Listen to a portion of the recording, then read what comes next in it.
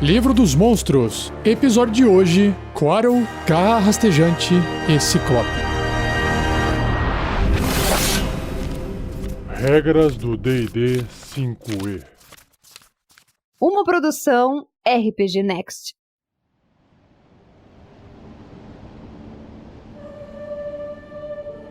Começando então com a primeira criatura do cast de hoje, que se escreve C-O-U-A-T-L, Coatl, mas a pronúncia em inglês ficaria Coatl. Essa criatura, ela parece uma cobra com cabeça de dragão e alada, com asas contendo penas, e na pontinha do seu rabo parecem haver pequenas folhinhas de árvore. Vamos ver então o que a descrição do livro traz pra gente. Coatls são seres serpentinos benevolentes, de vasto intelecto e perspicácia. Suas asas coloridas, brilhantes e modo gentil exprimem suas origens celestiais. Por essa eu não esperava. Zeladores divinos. Os Coatls foram criados para serem guardiões e zeladores por um deus benevolente que não é cultuado desde a aurora dos tempos e que agora é esquecido de todos, exceto dos próprios Coatls. Muitos dos mandatos divinos dados a esses seres foram há muito tempo cumpridos ou não. No entanto, um número de Coatls permanece zelando pelos poderes ancestrais, aguardando o cumprimento da profecia ou salvaguardando os herdeiros das criaturas que eles costumavam guiar e proteger. Independentemente da tarefa do Coatl, ele prefere permanecer escondido, revelando-se apenas como último recurso. Contadores da verdade. Um Coatl não pode mentir, olha só que legal, mas ele pode omitir informações, respondendo perguntas vagamente ou levando outros a tirarem conclusões precipitadas se isso for necessário para proteger algo, para manter promessas ou para esconder o segredo de sua existência. Deve ser um desafio interpretar uma criatura dessa, hein? Antigos e raros. Um Coatl pode viver por eras sem sustento, até mesmo sobrevivendo sem ar, mas essas criaturas podem morrer de doenças ou com a passagem do tempo. Um Coatl pode sentir seu fim se aproximar um século antes, mas ele não tem qualquer intuição do jeito que irá falecer. Se um Coatl já tiver cumprido o que lhe foi designado, ele aceita seu destino. No entanto, caso sua morte iminente ponha em risco o cumprimento de seus objetivos, ele buscará ativamente um outro Coatl com o qual possa produzir descendentes. O ritual de acasalamento dos Coatls é uma bela e elaborada dança de magia e luz, resultando em um ovo em formato de gema, do qual o novo Coatl chocará. O pai que procurou o parceiro criará um Coatl recém-nascido e o instruirá dos seus deveres. Assim ele poderá completar qualquer que seja a tarefa que o seu pai deixou incompleta. Que legal, achei bem bacana. Vamos ver o que tem de dados estatísticos aqui no bloco de estatísticas do Coatl.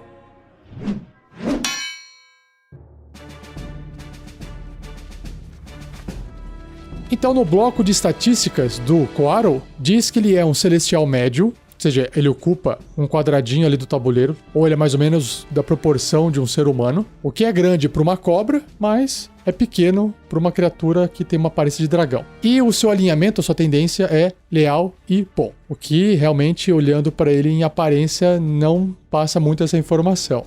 A classe armadura dela, ou dele, é 19, uma armadura natural, pontos de vida 97, uau, deslocamento 9 metros ou voo 27 metros. Então, voando por causa das suas asas, ele é muito mais ágil. Sobre os seus atributos, olha só, é tudo não um pouco acima da média, mas muito acima da média. Força 16, destreza 20, uau! Constituição 17, inteligência 18, extremamente inteligente, extremamente sábio 20 e carisma 18. O difícil de interpretar uma criatura dessa é que às vezes o mestre não tem essas características mentais tão altas assim.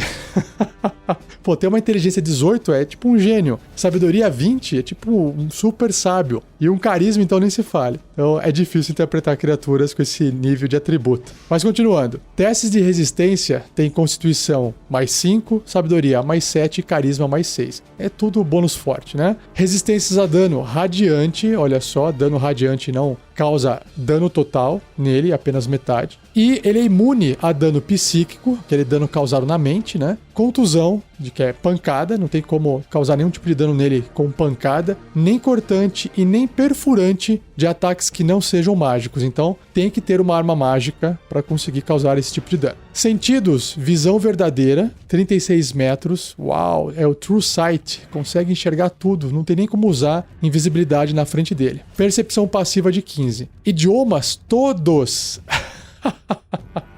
Que apelação, é um poliglota.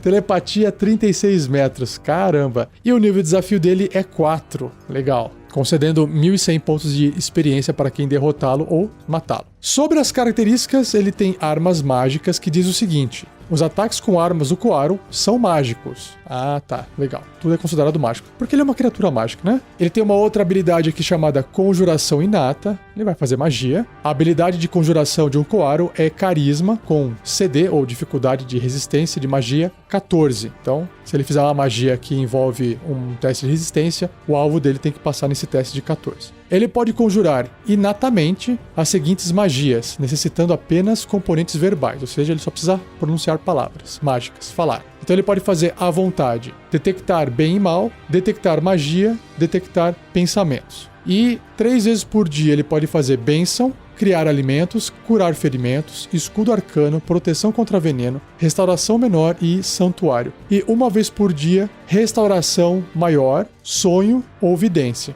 Aqui nesse caso que eu falei, é 3 vezes por dia cada magia e o outro é 1 vez por dia cada magia. Então, num dia, ele pode fazer bastante magia. E a última habilidade é Mente Protegida. O Koaro é imune à vidência e a qualquer efeito que possa sentir suas emoções, ler seus pensamentos ou detectar sua localização. O que faz sentido porque ele não pode mentir. Então, como não tem como ler a mente dele, se ele estiver tentando falar meias verdades ou omitir informação, não tem como alguém ter certeza se o que ele está falando está sendo manipulado dessa forma. Mas é aquela coisa, ele não tem como mentir. Então, ele não estaria escondendo uma mentira de qualquer forma. Nesse caso, não faria muita diferença. E sobre suas ações, ele tem 3 aqui. A mordida, constrição, que ele vai prender a criatura com seu corpo de cobra, provavelmente, e mudança de forma. Uau, que legal. Então, a mordida, lembrando que esses ataques são todos considerados mágicos, né? A mordida é um ataque corpo a corpo com arma, mais 8 para atingir, um ótimo bônus. O alcance é adjacente, 1,5 m, uma criatura apenas. Se acertar, causa 8 ou 1d6 mais 5 de dano perfurante, né? Os dentinhos furam. E o alvo deve ser bem sucedido num teste de resistência de constituição com dificuldade 13 ou ficará envenenado por 24 horas, porque ele é uma cobrinha, uma cara de dragão, mas tem língua de cobra, dente de cobra. Então envenena também, por 24 horas com a condição de envenenado. Até esse veneno acabar, o alvo ficará inconsciente. Ah, então não é condição de envenenado, ele fica inconsciente. Pior ainda. Outra criatura pode usar uma ação para sacudir o alvo até acordá-lo. Ah, é tipo um sono, o veneno do sono ali. Legal. Sobre a constrição, é um ataque corpo a corpo com arma, mais 6 para atingir. O alcance é 3 metros, ou seja, o dobro, né? 2 quadradinhos ali no tabuleiro. Ele pode atacar uma criatura média ou menor, né? Porque ele não vai conseguir se enrolar numa criatura grande. E se acertar, ele causa 10 de dano, ou 2d6 mais 3, e esse dano é de contusão, né? Que vai esmagar. E o alvo fica agarrado com dificuldade 15 para poder escapar. Até esse agarrão terminar, o alvo fica impedido e o Koaro não pode constringir outro alvo. Claro, ele não pode enrolar em mais uma criatura. E a ideia dessa constrição é causar mais dano do que a mordida, se não quiser deixar a criatura inconsciente, né? Mas é também impedir que ela fuja, escape, saia correndo, saia andando por aí. E a mudança de forma, que é a última ação que ele tem aqui da lista, diz: o Koaro magicamente se metamorfoseia, olha que palavra ruim de falar, em um humanoide ou besta que tem um nível de desafio igual ou inferior ao seu, ou pode voltar para sua verdadeira forma. Isso dá uma liberdade para ele se transformar em muitas coisas, né? Ele reverte a sua forma verdadeira quando morre. Qualquer equipamento vestido ou carregado é absorvido ou vestido pela nova forma, a escolha do Koaro. Então imagina, ele pode se transformar em qualquer pessoa, né? Qualquer ser humano, qualquer elfo, meio orc, qualquer tipo de criatura ou besta. Muito bom. Na nova forma, o Koaro mantém suas estatísticas de jogo e a capacidade de falar, mas a sua CA, que é a sua classe armadura, tipos de movimento, que, por exemplo, ele voa porque tem asas, mas aí se virar no humano não pode voar, né? Força, destreza e outras ações são substituídos pelos da nova forma e ele ganha quaisquer estatísticas e capacidades, exceto características de classe, ações lendárias e ações de covil. que a nova forma tenha e ele não. Faz todo sentido, porque isso só pertence à criatura original, né? Se a nova forma tiver um ataque de mordida, o Coaro pode usar essa nova forma de mordida. Faz todo sentido, né? Se ele se transforma num lobo, ele vai poder atacar com a mordida do lobo. Ou um ser humano também pode morder, se ele quiser. Muito bom, que criatura diferente, interessante, fantástica. Vamos então para a ideia de aventura com ela? Vamos lá.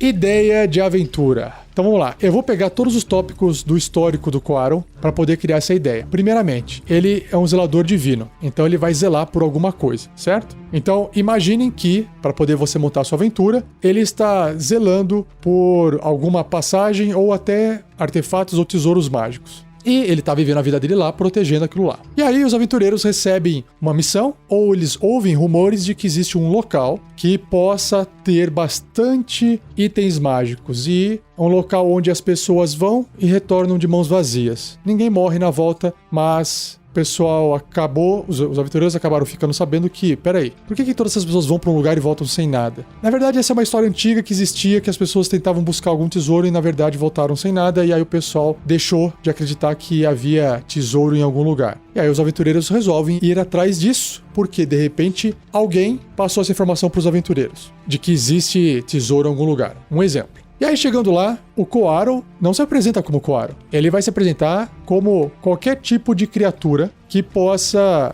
enganar ou dissuadir os aventureiros. O grande desafio do Coaro nesse ponto é que ele não pode mentir. Então, se alguém perguntar para ele se ele viu, vamos supor que tá, sei lá, se ele se transformou num mendigo, ou se ele se transformou numa outra criatura que não apresente ameaça para que os aventureiros não queiram lutar contra ele, né? E aí o pessoal pergunta para ele que, a gente veio em busca de tesouro e a gente quer saber se você ouviu falar alguma coisa de tesouro. O Coaro pode falar assim: é claro que eu ouvi falar sobre tesouros. Tesouros existem no mundo inteiro. Repare que ele não tá mentindo. Eu mesmo, se tivesse encontrado um tesouro na minha vida, eu não estaria assim nessa forma de mendigo, não é mesmo? O Coaro pode falar. Só que o tesouro não é do Coaro. Ele não encontrou o tesouro. Ele está protegendo o tesouro. Então, perceba que ele não está mentindo. Ele está dissuadindo. Ele está tentando falar alguma coisa diferente. Se o pessoal insistir em fazer algum tipo de investigação ou tentar passar pelo Coaro, o Coaro pode assumir uma nova forma e pode espantar os aventureiros. Com a ideia de que ele não tá ali para matar as pessoas, porque ele é leal e bom. Talvez ele possa conversar com os aventureiros e falar assim: olha, gente, e acabar contando a verdade. Eu estou protegendo esse tesouro aqui, e esse tesouro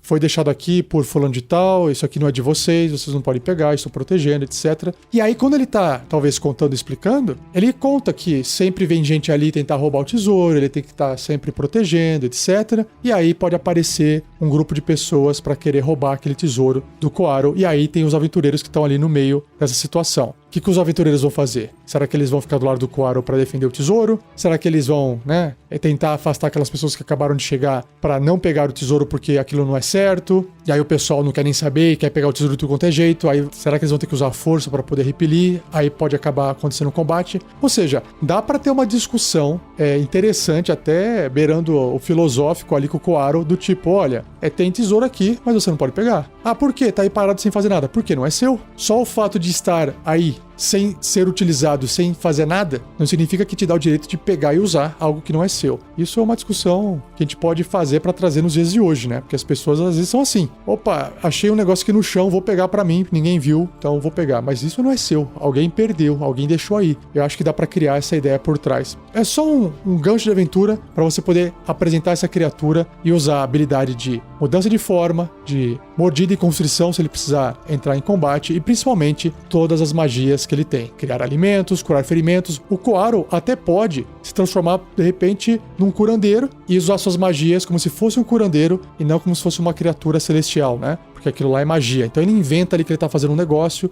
e cura as pessoas. Ele pode estar ajudando as pessoas enquanto ele protege alguma coisa. E uma outra ideia pode ser que ele esteja precisando também procurar um outro parceiro, porque alguma coisa está acontecendo com ele e ele precisa encontrar um novo parceiro para poder acasalar, gerar uma nova cria para continuar protegendo o que ele está protegendo. E aí os aventureiros precisam ajudar ele no processo. Também pode ser. De repente ele ficou extremamente ferido no combate com as pessoas pessoas que chegaram e agora ele vai precisar substituí-lo para poder continuar protegendo o tesouro, por exemplo. E aí cabe aos aventureiros ajudarem ele, certo? Tá aí, uma dica e meia de aventura para você, uma dica estendida de aventura para você. Quero ouvir também, quero ler a sua história. Deixe registrado a sua ideia de aventura com o Coaro. Basta acessar o fórum do RPG Next, lá na parte de Ideias e Aventuras com Monstros. O link também tem no post se você quiser acessar diretamente o fórum. Ou acesse o site rpgnext.com.br e vá até o fórum, procure a parte de Ideias e Aventuras. Seja você também um guerreiro ou uma guerreira do bem. Para saber mais, acesse padrim.com.br/rpgnext ou picpay.me/rpgnext.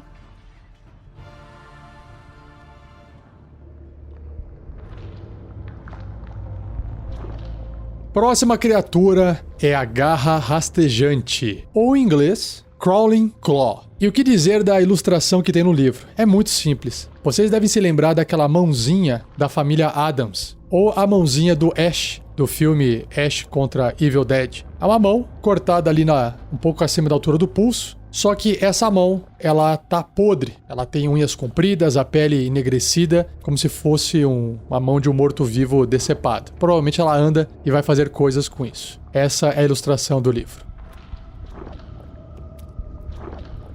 E vamos para a descrição que o livro traz. Ele fala o seguinte: as garras rastejantes são as mãos amputadas de assassinos animadas por magia negra para que possam continuar a matar. Nossa. Magos e bruxos das trevas usam as garras rastejantes como mãos extras em seus trabalhos. Porra, aí eu vi vantagem. Queria uma dessa. Origens mágicas. Através de rituais necromânticos sombrios, a força vital de um assassino é vinculada à sua mão decepada, assombrando e animando-a. Caso o espírito do assassino morto já tenha se manifestado como outra criatura morta-viva, se o assassino tenha retornado dos mortos, ou se o espírito tenha há muito ido para outro plano, o ritual fracassa. O ritual invocado para criar a garra rastejante funciona melhor com uma mão recentemente decepada de um assassino. Com essa finalidade, ritualistas e seus servos frequentam execuções públicas para ter acesso a mãos adequadas, ou para barganhar com assassinos e torturadores. Aí sim, hein? Quer dizer, aí sim a ideia que eu tive aqui de aventura. Sob o controle do criador. Uma garra rastejante não pode ser expulsa, nem pode ser controlada por magias que controlam mortos-vivos. Lembrando que essa palavra expulsar mortos-vivos é o Turn Undead, que é uma habilidade que os clérigos têm. Esses monstros imundos estão totalmente vinculados à vontade do seu criador, o qual pode se concentrar na garra para poder controlar mentalmente cada ação dela. Se o criador da garra rastejante não comandá-la, ela segue seu último comando da melhor forma possível. Os comandos dados à garra rastejante devem ser simples. Imagina, não tem cérebro? Uma garra não pode ser ordenada a encontrar e matar uma pessoa, pois as limitações de seus sentidos e inteligência impedem que ela rastreie e selecione indivíduos específicos. No entanto, um comando para matar todas as criaturas em um local específico funcionaria, porque ela é tudo gente, aí beleza. Uma garra rastejante pode facilmente sentir os contornos de chaves e maçanetas, rastejando de sala em sala em uma matança cega. Porque ela era uma mão, então uma mão está acostumada a sentir esse tipo de forma, certo? Inteligência maligna. Uma garra rastejante possui um pouco do intelecto e memórias do indivíduo, de qual ela pertenceu, enquanto o corpo era vivo. O ódio, inveja ou ganância que guiava essa pessoa a matar permanece, no entanto. É amplificado pelo estado fragmentado torturante da garra. Deixada pelos seus próprios meios, uma garra rastejante imita e recria os mesmos atos assassinos que cometeu em vida. Uau, então só aqui você fica imaginando coisas maquiavélicas, né? Garras vivas. Se a garra rastejante for animada da mão decepada de um assassino ainda vivo, o ritual vincula a garra à alma do assassino. A mão desencarnada pode então retornar para o antigo membro. Sua carne morta-viva se liga ao braço do vivo, onde foi decepado. E aí, uma vez que se tornar inteiro, o assassino age como se a mão nunca estivesse sido amputada e o ritual nunca tivesse acontecido. Quando a garra rastejante se separar novamente, o corpo vivo entra em coma. Destruir a garra rastejante enquanto ela estiver fora do corpo mata o assassino. No entanto, matar o assassino não produz o efeito na garra rastejante. Pô, que legal. Então dá pra esconder que existe ali uma mão rastejante no corpo original da pessoa enquanto ela estiver viva. Legal. E por fim, natureza morta-viva. Uma garra rastejante não precisa respirar, comer, beber ou dormir, porque ela está morta-viva. E aí, para fechar a descrição, também tem aqui no livro um papelzinho escrito à mão, como se alguém tivesse feito alguma anotação, né? Ele diz o seguinte: te faz pensar o que será que foi feito com todas as outras partes do assassino, não faz? Esse texto foi escrito por Evangelisa Lavain, uma necromante. Realmente, né? Não tinha pensado nisso. Se mataram o assassino, o que fizeram com o resto do corpo, né?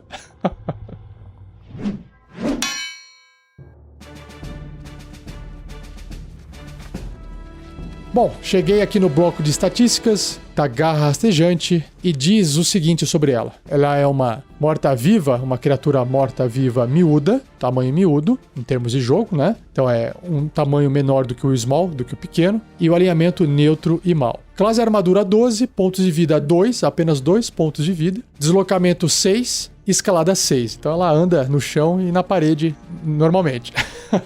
Sobre os seus atributos, ela tem força 13, um pouquinho acima da média. Se for pensar, isso é bem forte por uma mão, né? Destreza 14, bem ágil. Constituição 11, inteligência 5, abaixo da média, bem abaixo no caso. Sabedoria 10, na média, e carisma 4. É realmente uma coisinha bem feia. Imunidade a dano de veneno, então o veneno não tem como matar essa criatura, esse monstro. Ela também tem imunidades a condições de enfeitiçado, não tem como enfeitiçar, ela não tem mente, né, pra ser enfeitiçada. Envenenado, exausta, não fica exausta, então imagina, pode andar dias e dias e dias. É uma morta-viva. Sobre os seus sentidos, ela tem percepção às cegas, de 9 metros, e ela é cega além desse raio. Que legal. E percepção passiva de 10. Idiomas, ela compreende o comum, mas não pode falar.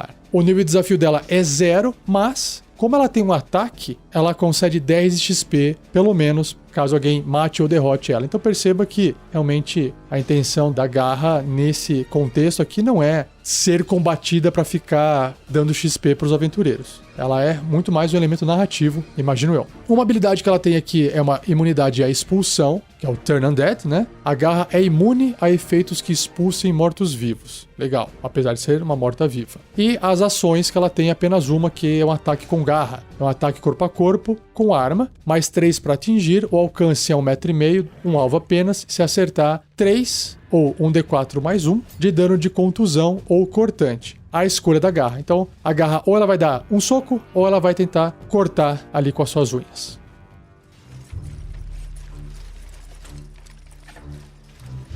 Então eu cheguei na parte mais interessante da garra rastejante, que é a ideia de aventura. E o que eu tenho a propor aqui seria criar um culto de pessoas malignas, que são assassinas ou eram assassinas. Todas elas passaram por um ritual de cortar a sua mão, permaneceram vivas e a mão voltou para elas. Então elas fizeram isso, esse culto, sei lá, pode ser 5, 10, enfim. Fizeram isso com algum necromante, receberam essa mão de volta, morta-viva, vivem suas vidas numa cidade, numa vila normalmente, se é que dá pra dizer que isso é normal. E durante a noite, quando todo mundo tá dormindo, eles soltam a sua mão, cortam a mão de volta, uma espécie de ritual meio sangrento, entram em coma e a mão serve, ou todas as mãos, servem para serem controladas pelo necromante, por exemplo. E aí esse necromante comanda todas as mãos e ele envia as mãos para algum lugar para fazer algum tipo de missão. Ele cobra pessoas que estão devendo, pode ser um agiota que trabalha para burgueses numa aventura, e aí esses burgueses acionam esse agiota, entre aspas, para poder recuperar o dinheiro de volta, e aí ele acaba usando essas mãos para poder ir lá e pegar o dinheiro de volta de alguém, ou até matar com as mãos. Eventualmente uma mão ou outra não volta, e aí o assassino acorda sem a mão, e se ele quiser continuar servindo esse propósito, ele tem que cortar a outra mão dele. Então, quando os aventureiros chegam na cidade, eles podem acabar encontrando algumas pessoas com umas mãos estranhas, muito feias, outras sem mãos, e aí o que pode justificar que aquela pessoa perdeu a mão e a mão não voltou. E aí o que pode acontecer qual que é o problema que está acontecendo na cidade? O necromante, ele está se sentindo ameaçado por esses assassinos. porque ele não tá conseguindo mais manter esse culto dessa forma, porque talvez o dinheiro tenha diminuído, e aí o pessoal começou a, sei lá, ele distribuiu o dinheiro, ou ele mandava, e o pessoal começou a se revoltar aos poucos, ou planejar um assassinato contra ele, afinal são assassinos, e aí ele pede ajuda dos aventureiros, os aventureiros não sabem exatamente o que tá acontecendo.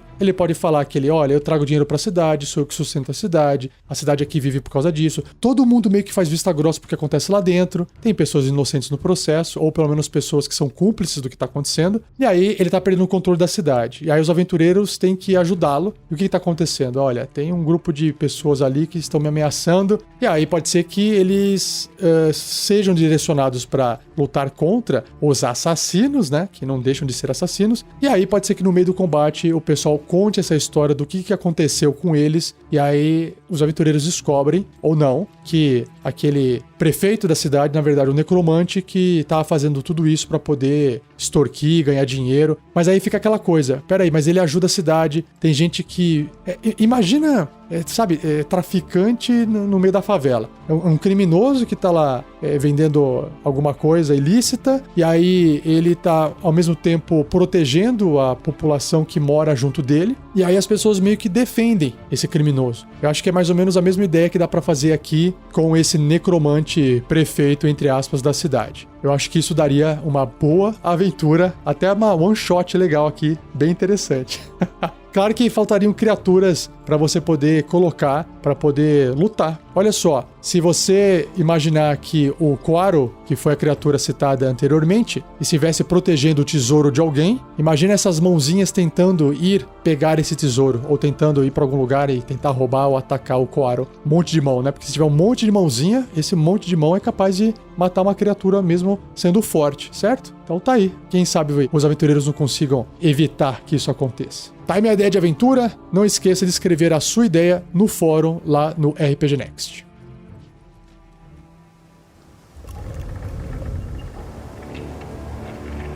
Indo agora para a última criatura do cast, é o Ciclope. Ciclope, para quem não conhece, é um gigante bastante forte, só que a característica mais evidente nele é que ele tem um único olho grande no centro da cabeça ao invés de 2 olhos. A ilustração que tem no livro dele é uma ilustração como se tivesse alguém olhando ele de baixo pra cima, que tivesse assim no chão, caído, e o Ciclope estivesse vindo pra cima. Ele parece assim o Conan, não tem roupa, só tem umas sainhas de couro assim, parece um bárbaro, né? E segurando um grande porrete com as 2 mãos em cima da cabeça, com uns espetos feitos de ossos ou de pedra, preso com uma corda na ponta. Essa é a ilustração do Ciclope que tem no livro. Então vamos lá para a descrição do livro. Ciclopes são gigantes de um olho só e passam suas existências miseráveis em terras selvagens. Ah, terras selvagens é isso, né? Parece realmente um bárbaro. Isolacionistas por natureza, eles evitam contato com outras raças e tentam expulsar estranhos em seu território. Então, são agressivos. Não religiosos. Lendas contam que os ciclopes são as crias de um dos deuses dos gigantes, mas essas criaturas dão pouca atenção a quaisquer divindades. Eles veem pouca vantagem em orar e detestam rituais, os quais eles consideram complexos e exóticos. No entanto, o ciclope que ganhe benefícios diretos de algum local de poder divino ou que seja ameaçado por uma força ou criatura sobrenatural, fará reverências enquanto benefício ou ameaça existir. Legal. Simplórios. Apesar de serem razoavelmente inteligentes, depois eu vou descobrir o que é razoável. Os ciclopes vivem uma vida simples, reclusos, criando animais para alimentação. Eles preferem viver sozinhos ou em pequenos grupos familiares, alojando-se em cavernas, ruínas ou em estruturas rudimentares construídas por pedra seca por eles mesmos. Os ciclopes mantêm seus rebanhos com eles durante a noite, selando a entrada de seus lares com pedregulhos, servindo como um celeiro. A distância entre tocas de 2 ciclopes, por exemplo, geralmente é de 1 dia de jornada, para que eles possam dessa forma se encontrar para trocar mercadorias ou buscar fêmeas. Eles constroem armas e ferramentas de madeira e pedra, mas usarão metal quando puderem encontrar. Apesar dos ciclopes entenderem a língua gigante, eles não escrevem e falam pouco, usando grunhidos e gestos para suas interações um com os outros. É só você imaginar um homem das cavernas, pronto. Só que gigante, com um olho só no meio da cabeça. Os ciclopes não usam dinheiro para negociar, mas eles valorizam ouro, conchas e outros objetos brilhantes e coloridos como joias. Um ciclope irá usar um colar ornado com penas e moedas de prata, mas também com taças de estanho, talheres e outros metais estragados. Legal, por isso que eles são simplórios. Por fim, para fechar a descrição, o livro diz que eles são estúpidos, coitados. Ciclopes não são grandes pensadores ou estrategistas. Lentos para aprender e presos aos seus meios tradicionais, eles têm dificuldade em inovar. Apesar de serem ameaças terríveis em combate devido ao seu tamanho e força, eles podem frequentemente ser enganados por inimigos espertos. Ciclopes podem ser intimidados e impressionados com demonstrações óbvias de magia. Rudes com pouca exposição à magia, eles podem ser levados ao erro por bruxos, clérigos e outros conjuradores de figuras divinas poderosas. Imagino eu lá fazendo uma magia de uma figurinha divina poderosa e ele fala, nossa, meu Deus, que medo. No entanto, seu sentimento de orgulho os faz reagir com violência sanguinária, vingativa, quando eles descobrem que o indivíduo que eles imaginavam ser um deus, entre aspas, é um mero mortal, né? Porque o mago na frente dele pode parecer um deus, dependendo da magia que ele fizer, né?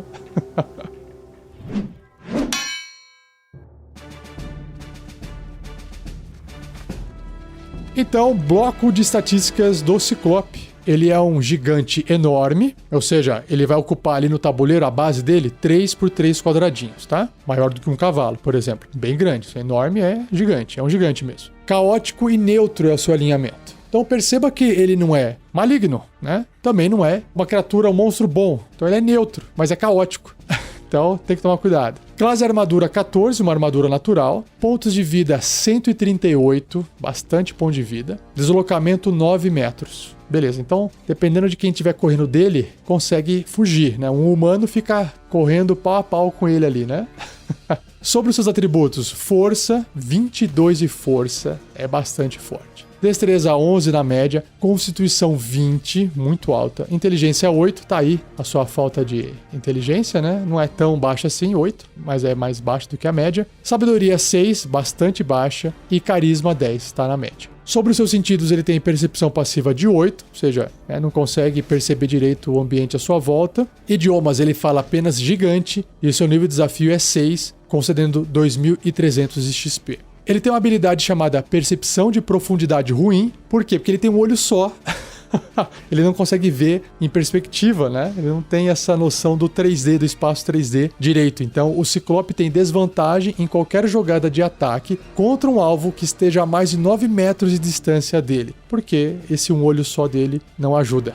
E sobre as ações, ele tem 3 aqui descritos. Ataques múltiplos, clava grande, que é o seu ataque, né? E rocha. Vamos ver. Ataques múltiplos, o Ciclope realiza 2 ataques com clava grande. Ok, padrão de gigante. Clava grande é um ataque corpo a corpo com mais 9 para atingir. O alcance é 3 metros, né? 2 quadradinhos de distância ali dele. Um alvo. Claro, porque ele é grande, então ele consegue bater mais distante. Se acertar, 19 de dano médio ou 3d8 mais 6. Esse dano é de contusão, porque o porrete vai amassar. E a rocha é um ataque à distância com arma, mais 9 para atingir. E a distância é até 9 metros, ele faz o ataque normal. O limite é entre 9 a 36 metros, ele vai fazer o ataque com desvantagem, e acima de 36 metros ele não consegue fazer a rocha chegar, porque, lançar uma rocha grande a 36 metros tem que ter uma força alta, mas não consegue lançar mais distante do que isso. Não é uma catapulta o Ciclope, né? E apenas um alvo. Se acertar esse alvo, 28 de dano, ou 4d6 mais 6, e o dano é de contusão também, porque a rocha amassa.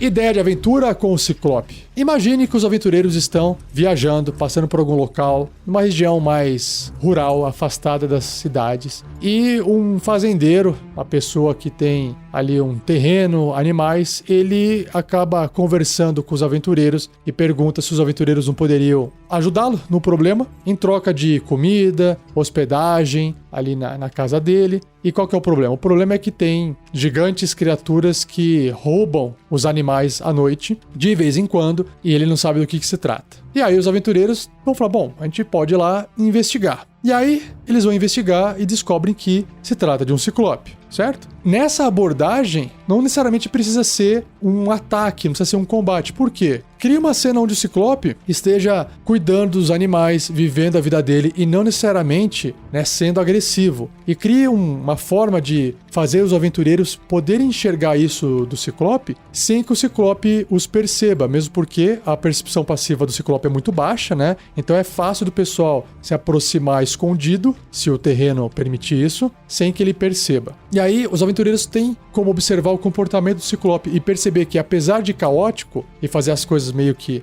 no instinto, ele não tem uma característica maligna, né? Ele pode até estar ali em casal, como se fosse um Ciclope macho, outro fêmea, e podem até estar cuidando de um Ciclope filhinho ali, e aí eles falam, puxa vida, a gente vai atacar esse bicho? Não vai. Aí a hora que eles se aproximam, claro que a criatura vai ser agressiva. Será que eles vão lutar? Será que eles vão tentar conversar, né? E aí pode desenrolar por uma cena onde ou tenta se resolver aquilo com combate, ou tenta se resolver aquilo com a conversa. E mais, às vezes, dá pra mostrar que o Ciclope, por exemplo, tá cheio de marca no corpo porque ele tá sendo controlado ou maltratado por algum outro tipo de criatura e que o Ciclope, às vezes, foi expulso de um território em que ele costumava viver e aí ele tá perto agora da fazenda e ele necessita roubar, de vez em quando, as criaturas do fazendeiro para poder sobreviver. Tanto que ele não acabou atacando o fazendeiro diretamente. E aí, cabe aos aventureiros investigar, se for o caso, o que é que está causando, o que está fazendo esse Ciclope vir mais para perto da fazenda.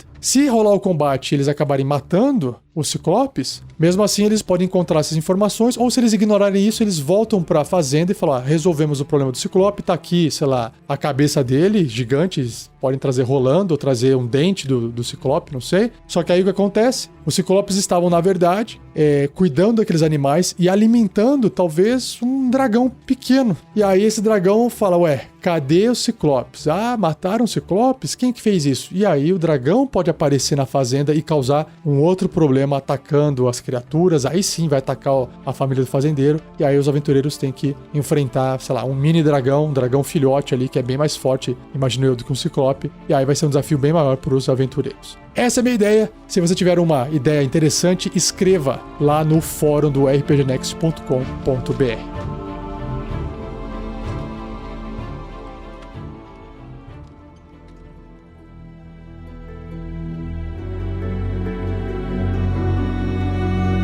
E assim eu encerro mais um episódio do Regras do D&D 5e, versão Livro dos Monstros. Espero que você tenha gostado. Se tiver dúvidas sobre alguma das criaturas, alguma coisa que eu disse aqui nos episódios, envie um e-mail para rafael47@rpgnext.com.br ou você pode escrever no post desse episódio a sua dúvida. Meu interesse é juntar dúvidas e fazer um episódio especial respondendo todas elas, tá bom? Não se esqueça de compartilhar o episódio com quem você acha que vai gostar. Agradeçam ao Gleico Vieira Pereira pela edição desse cast mais uma vez. E queria anunciar aqui uma das plataformas que a gente usa para arrecadar doações ao vivo em nossas lives RPG, que é o PicPay. Se você não tem esse aplicativo instalado, não tem uma conta, sugiro você criar. É um aplicativo de controle financeiro, troca de dinheiro através do aplicativo. Não paga nada, é gratuito. Nós temos uma conta lá em @rpgnext. Se você entrar com o código promocional RPGNext tudo junto e você fizer um pagamento de R$10 com cartão de crédito, o PicPay te devolve R$10. Então aqueles R$10 saem de graça para você. Além disso, o PicPay nos passa R$10. Então o PicPay desembolsa R$20. 10 para você e 10 para quem indicou, que no caso sou eu falando aqui para vocês, tá? E aí você pode, se você quiser, pegar esses R$10 e usar dentro de uma live do RPG Next lá na parte gamificada da live. Você pode ir lá doar esses R$10 e ajudar os aventureiros a fazerem rolagens ou terem efeitos melhores durante a aventura, tá bom? Fica a dica para você e não perca o próximo episódio, onde eu irei abordar mais 3 criaturas. O Manto Negro, o Cavaleiro da Morte e o Demi-Lich. Beleza? É isso aí. Obrigado, um abraço e até o próximo episódio.